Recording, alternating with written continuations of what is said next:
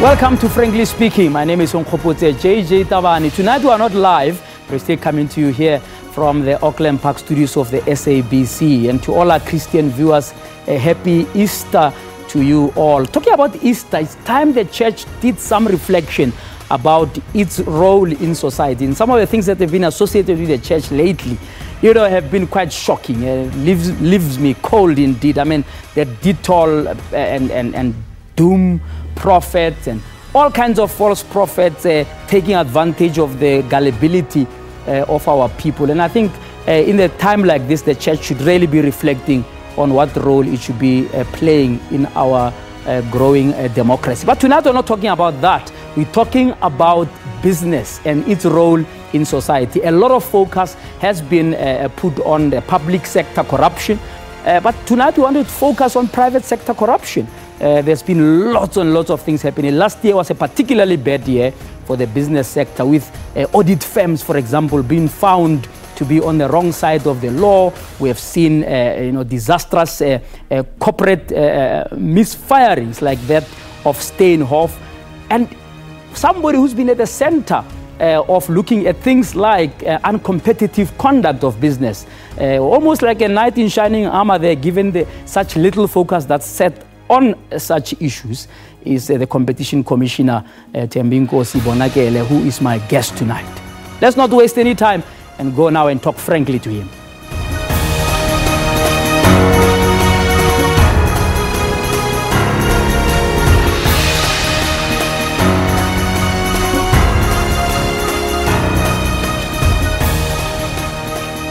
Thank you so much for making time. I understand you've just landed from one of your international missions.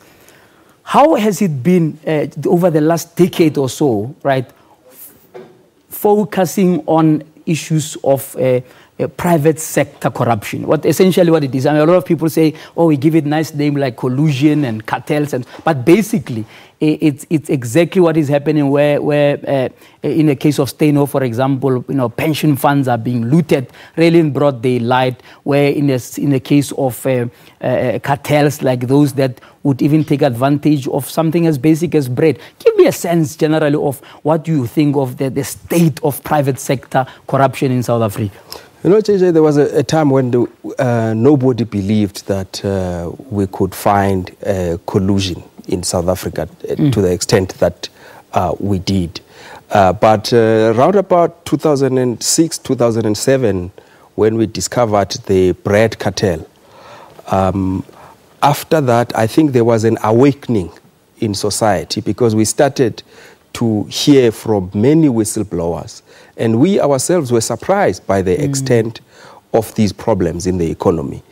Basic food products in South Africa have been affected. I mean, we're doing investigations in things like flour for baking bread, maize meal. We've done cases there. These are proven cases that have been settled or prosecuted before the tribunal. Fats and oils. We have done infrastructure. There was this famous construction cartel. So whether you look at basic infrastructure needed for building houses, building our roads, bridges, railway lines, we have found massive instances of collusion. So it's worrisome in its extent and breadth. So, I mean, the Competition Commission, obviously with a clear mandate to look at anti-competitive behavior, but there isn't a similar institution that you can compare to the public protector. A public protector really look at maladministration in the public sector and in the process, obviously, uncovering a lot of corruption.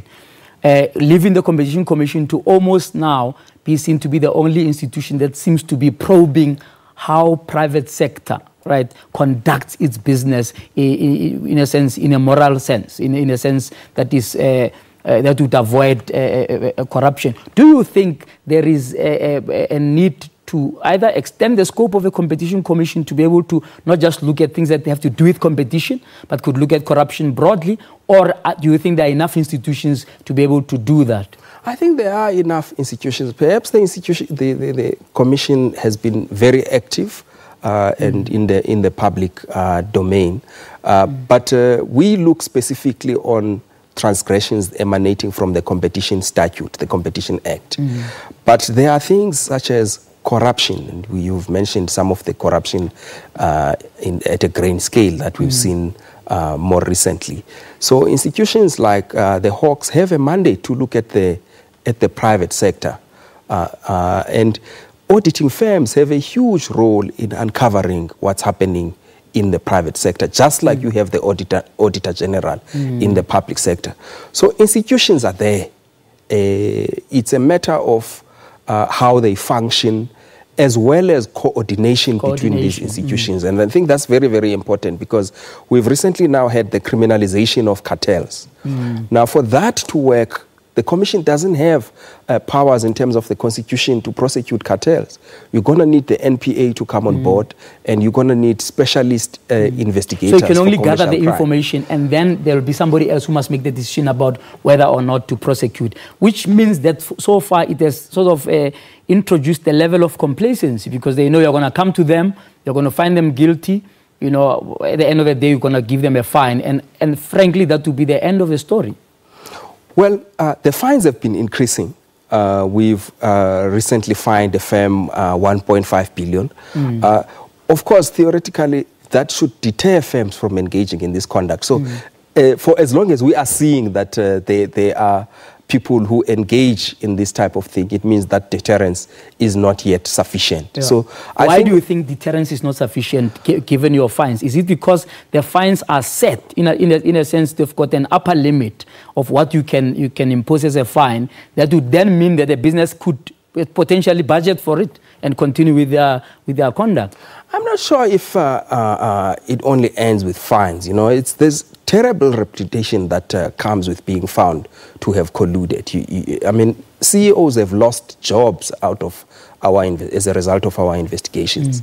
So I think that firms know the problem, but the weakness in the competition statutes, and it's not only a South African problem, is that the legislation targets firms and not individuals. So only recently are we seeing statutes that are being promulgated in different countries, including South Africa, that are seeking to target individuals. But these statutes are new and are complex in the sense that they entail interagency cooperation. So I think that there is a lot of work that we are going to have to do to show that not only the firms will be held liable for these transgressions, but the individuals themselves will also be held liable. And is that not in an amended Competition Act that has apparently been sitting on the government's desk for some 10 years? This act did take some time because there were challenges around the constitutionality of the criminal provisions. And now has been finally promulgated and came into effect. But still, you need institutional readiness for that. And in fact, we have said to government as well that we still think that there are refinements that need to be done to the legislation in order to make it effective. But it doesn't mean that we are sitting and doing nothing. Yeah. So I've been engaging with both the police leadership as well as the NPA leadership about how we can make sure that we prosecute those who have been found to have been guilty of. How are you dealing with the criticism that your fines, given sometimes the multi-billion nature of the companies you are dealing with, are really not enough? They are like a slap in the wrist for these companies. And I'm linking it with what we earlier on discussed about deterrence not coming through really from such punishment, so to speak. Right now, the fines are kept at 10% of the turnover of the firm that has been found guilty. And I really don't know how far you can go in fining people. There is an issue of culture as well that we must deal with. Because when you have a sort of kind of an old boys club that's running industry, you are going to have these sort of things. If you have a culture infested with say, drug problems, it's an easy solution to think that you're just simply going to lock people up. There's something more that's required. It's the same with business. I think we've got to think more about how you change the culture. And we've raised these things. These include ensuring that our business environment is diverse. I've never seen a cartel that's multiracial, for an example. I've never seen a cartel that has women involved. I think there was only one woman in a particular cartel I would not mention now. But diversity, it's clear, aids compliance. Because there's a certain discipline that people have when they are not too familiar with each other. So if people play golf together, they go to church together. We've had cartels where people pray before they engage in unlawful discussions. So that just shows you that we have a very small pool where we draw business leadership, whether it's CEOs, it's directors. They will often know each other. So they end up being too familiar. That's right. In fact, when they engage in this collusion, they don't think there's anything wrong. They see this just part of a culture of doing business. That's right. I mean, South Africa has got one of the most concentrated sectors, and there's a lot of interlocking directorship. So people with directorship in different companies, sometimes that are supplying each other, sometimes that are competing with one another.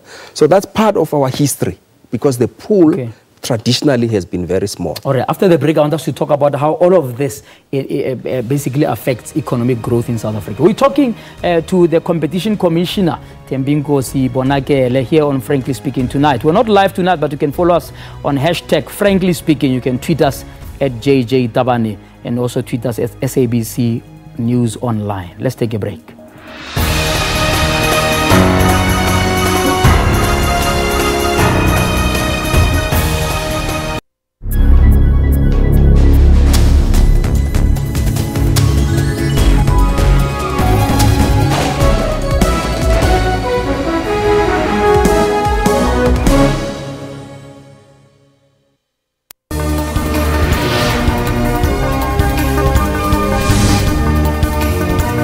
The Western Cape needs national government to fulfill its mandate on ensuring a bulk water supply. We must ensure that the city of Cape Town never confronts this particular situation again. The ESCOM is serious about stamping out corruption, which is why the market is now beginning to accommodate us. Looking at neighboring countries, expecting Botswana just to see partly cloudy skies with a half 34 in Gaborone. News today at 3 p.m. from Monday to Friday on SABC News.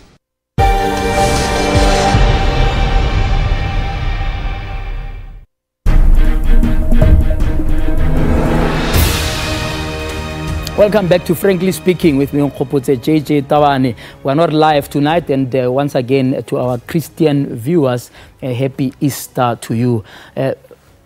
Commissioner, one of the key worries in society is that there is an overemphasis on public sector corruption and a less emphasis on private sector. And hence, that's why a lot of people would see your work that you are doing as at least contributing to changing that picture. But you were in Parliament last year, and there seems to be an issue with the funding, the funding levels of the work that you do, because you got to do investigations, you got to, you almost to operate like a law enforcement agency with all the resources that are required. Can you address me a little bit on the funding levels of the work that you are doing and whether it's adequate to be able to meet these expectations of society? This is something we are working on. You'll remember that the Commission has really only in the past few years that it has acquired this prominence and even prioritization by government. And so if you look, for example, at the structure we have, the number of people we have, the levels at which they are, these were decided more than 10 years ago. So there is a need to catch up to make sure that we have the right type of talent as well as resources. I mean, we can never match the private sector. That's not our ambition. Because in one case they are able to bring 10 lawyers, but at least we must be able to bring, if we are bringing one or two, they must be highly competent, and we must be confident that they will be able to do a good job. So yes, there are issues around funding that we are discussing with government right now. I think we've also have plans to work much smarter. The work we've done, the successes we've had, are largely due to the internal staff of the Commission that are very young, a lot of black professionals coming through. So I'm very proud of what we are able to do with what we have, but I think we can do with a little more. You're fining people billions, and is there no link in terms of the money you are bringing in via these fines and the levels of funding that you could go and argue for? And secondly, is there political will in your view to try and put you in a different category of funding by the political leadership that to whom you are accountable? I think there is. The Commission has been, the competition authorities have been prioritized. I mean, if you look at the State of the Nation address by the President, we appear in the plans of government around data costs. We've had our own Minister Patel. He doesn't complete a speech in Parliament without talking about the important work that the Commission has to do. So I have no doubt that it's receiving priority. But of course, at this time, I wouldn't say that I'm satisfied with the funding levels, and this is something that we are discussing. But certainly there is a political will and political support for the work we do. Let's talk about how you locate the Competition Commission in terms of economic development. I mean, you have seen that, I mean, there's been almost zero growth of the economy over the last probably decade or so, right? And we keep revising the targets and so on. How do you analyze the state of economic development in relation to the work that the competition is doing? Of course, there's been a lot of concerns about the South African economy. I just came back from India. India still has a lot of challenges. It's growing at 7%. And we've seen similar levels of growth in developing emerging markets, particularly from the East. So there is an acknowledgement that we certainly have not reached our potential. We have a strong base. If you look at similar countries like us, we have strong infrastructure, but we have very high levels of exclusion. So a lot of people are not participating and contributing to the kind of economy that we could have.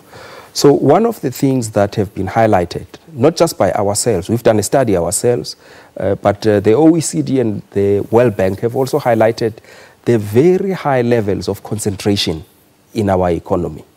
I mean, in every sector you can think of as you sit here, you would battle to count more than 5 firms that are competing. Whether you're going to talk retailers, you can only count 3. Really. So there's a lot of monopolies, and that excludes you count banks, you count mobile phones, any major sector in the economy, including infrastructure. And what that does is you have a lot of monopolization, which means that you have a lack of innovation and a lot of inefficiency, apart from high prices that monopolies tend to charge.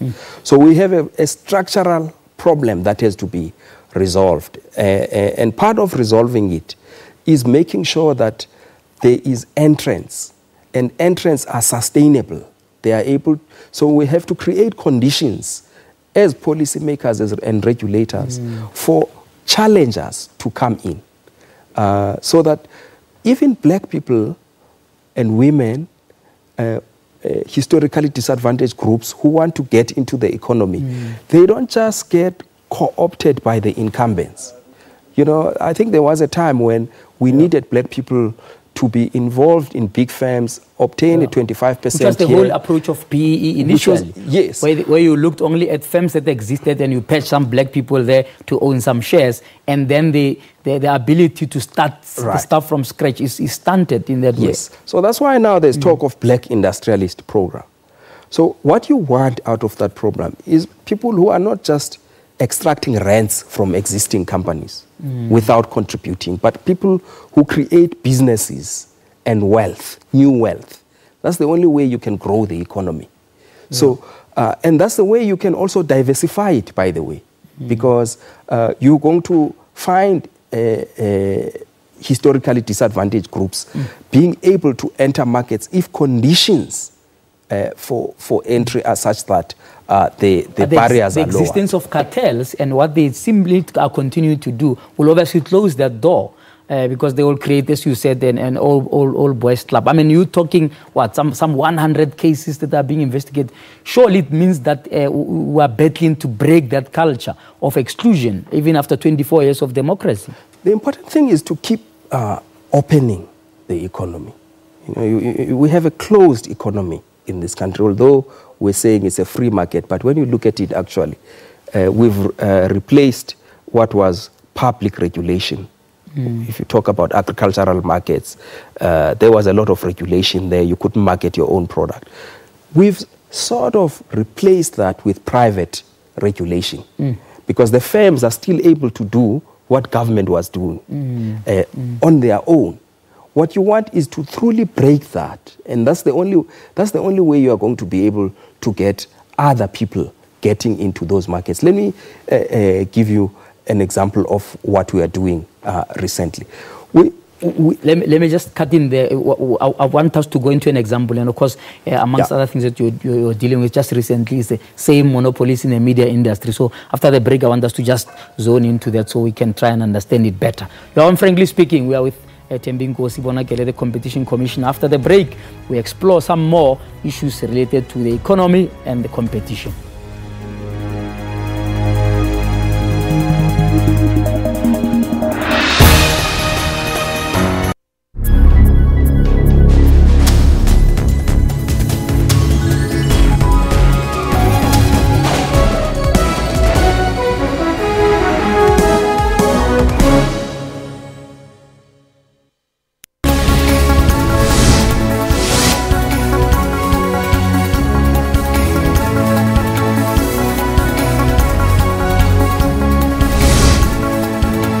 Let's cross over live to Griselda Lewis, who is standing by at the arbitration hearings. But I didn't think about it at the time that people could be dying. Let's update your sports news.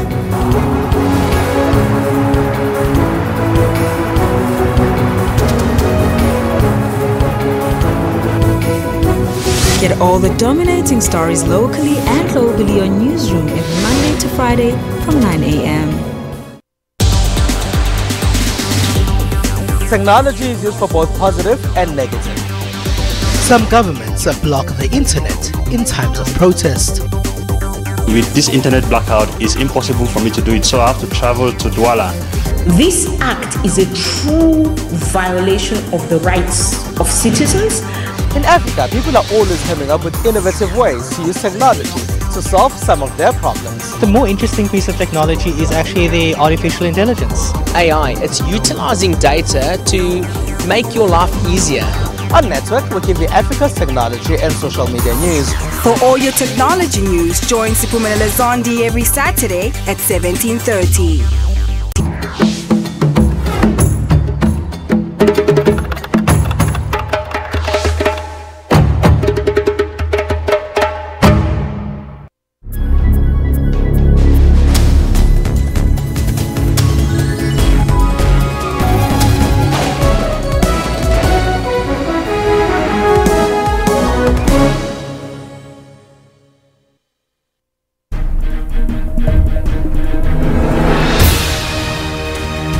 Welcome back to Frankly Speaking. We're not live tonight, but you can follow us on hashtag Frankly Speaking. You can tweet us at JJ Tabane at SABC News Online. Commissioner, with the remaining time, just briefly, a quick example of what you are doing to break these monopolies. And apparently the media, including us here, the SABC, under your fire in terms of collusion around issues of advertising, of pricing and so on. Give us a bit of an example there. Actually, about what you're doing. Let's use this example of media. What you have in media, in advertising, you have an association where media companies and advertisers belong to. And they give discounts to members of that association. Now, a lot of new entrants, a lot of black players in the sector are not members, and they don't get the same discounts. So this is the and they can't be members? And they can't be members, and this is a cartel that the SABC is a part of. Okay. So we've not only broken that cartel and said you can't set discounts collectively as competitors. But we've also said they must create a fund where they must assist new players, because they have caused a lot of damage to them. They must assist new players so that they are able to come into the fold, yes, and be sustainable. We forced them to provide a transparency over discounting, so that you can know if you are being discriminated against. If we are the same size, we're buying similar type of volumes, quantities, there's no reason why one should be preferred over the other. So those are the type of things that we are doing in all sort of markets. We're working in the auto sector to open up for people to be able to establish workshops to service OEMs. Because OEMs now, when you buy a car, you can only service it at an approved dealer. You can only repair it at an approved repairer. And all of those exclude a vast majority of that sounds like a case that you would make then against that kind of association. You still have to take that to the tribunal. Can you please explain briefly what that relationship is like? Do you go and argue there like in an open court? So in other words, the competition tribunal is not under your political influence or doesn't report to your it's the same way that you report it. Just briefly, what is the relationship between the commission and the tribunal in terms of achieving these objectives of breaking these cartels? We are the ones who set the priorities because we pick and choose cases. So we are the police and the prosecutor of the system. Okay. The tribunal is just the court, so they can only receive the case that we bring. But what's been your level of success there in terms of persuading them to go with your case, so to speak, on various of these We have cartels? a very high success rate in, I think we've lost a few cases on appeals, competition appeal court relating to abuse of dominance. But things like cartels are a no-brainer. I mean, once we have said that there is a cartel, it's very difficult for people to be able to challenge that evidence. A lot of work clearly still needs to be done. We wish you well in the work that you're doing, and we hope to talk to you again some more as we continue to observe the work you are doing in the private sector, in the public sector for that matter. Thank you so much for your time. Thank you for inviting me. That was, frankly speaking, coming to you from Auckland Park this evening, on this Easter evening. And once again, to all of our Christian viewers, a happy Easter to you all. Until we talk frankly again, may God bless you.